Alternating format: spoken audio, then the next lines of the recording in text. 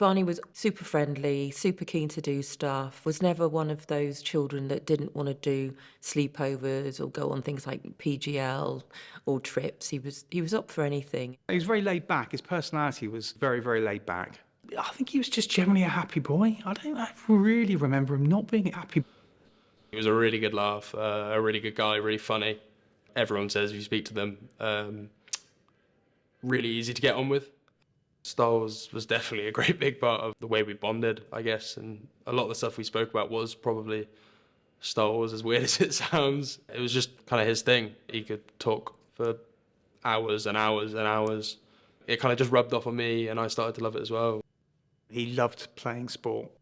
We played a lot of backyard cricket, we had a badminton net set up, a lot of rugby, and then one thing that used to drive my mum mad was we used to play hockey indoors. Upstairs with an actual hockey ball. He was a very good hockey player. He played county level and he loved his hockey, but I think Barney tried to play all sports. Our conversations would invariably come around sport in the end. This time of year with the Six Nations coming, that was lovely because even when he was at university, he'd be on the phone to me and, he'd be messaging me and saying, "Oh, Dad, what do you think of the team?" In his teens, cricket came to the fore, and I didn't really see it coming, but he played for local teams here in Taunton. Barney was always obsessed with transport of any type. He was a big fan of Formula One. He watched that all the time and he had a huge passion for it. He would be able to hear a car and know exactly what was coming around the corner, and I don't know how he did it. He had ambitions to become a pilot, probably in the RAF. Is what he was thinking he might go into after his degree. He was always very keen to be able to drive. He wanted his freedom. So as soon as he passed his test, that was the moment he started to really change and want to be out and about more, out with his friends. Socially, he was brilliant. He was just so confident and full of life. We always used to, as a family, go to Centre Parks, and we both absolutely loved it. He was planning on going to Centre Parks with his mates in the summer that it happened. So, a bunch of 19-year-olds in Centre Parks that weren't there for a birthday or a stag do, but they just loved it.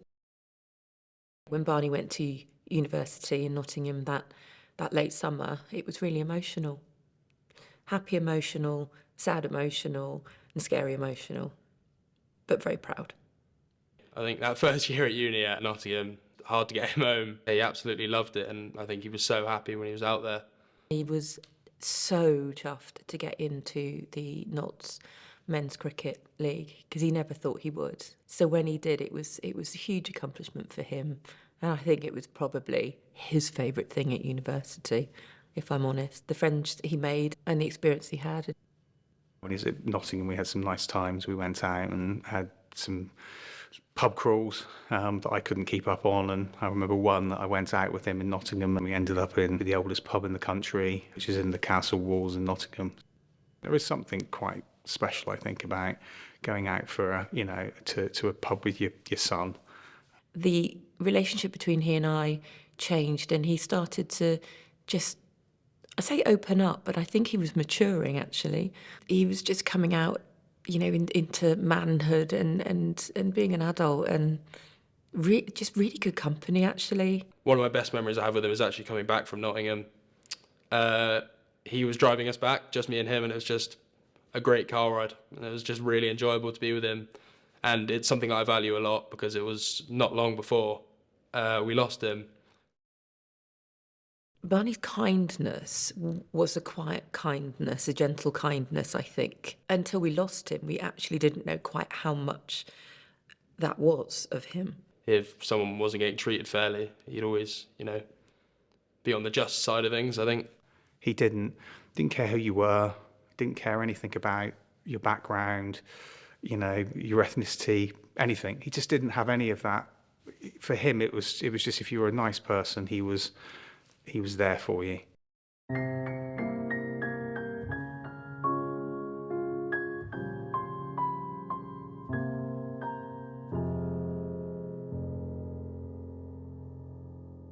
The impact for me of losing him has been monumental. It's been huge because for me, that's your best friend, your older brother. We spent all of our time together growing up, and there's not a second in a day where I don't think about him or I'm not thinking about something to do with him.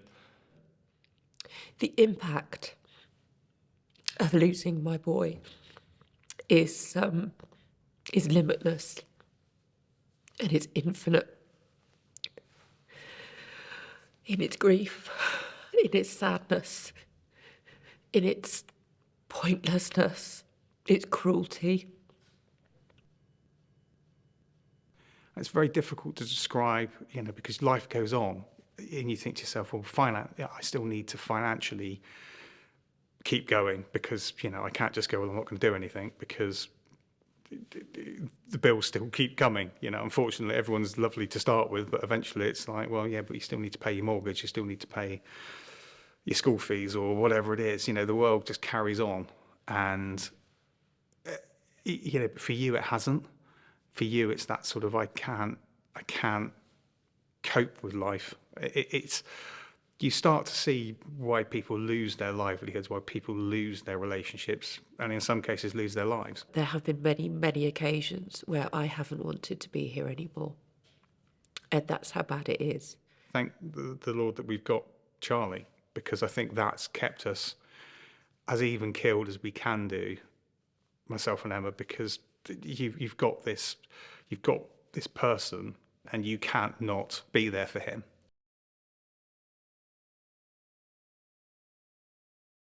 I would like people to remember him as he was. He was just this fantastic bundle of energy in life. I think he'd want to be remembered simply, but just being kind, gentle, caring as he was, funny. I want people to remember Barney for being a really genuine, authentic, a good person who was taken, but he made an impact on the time he was here and on the people he was with. There's no amount of time, no amount of money, no amount of anything that's ever going to make this better.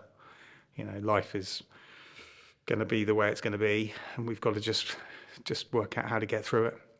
There's the heart with BW, with his initials, and then 53 for his cricket number.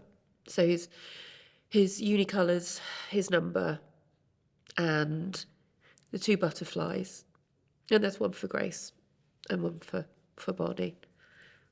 I hope they've got each other and are keeping each other amused wherever they are.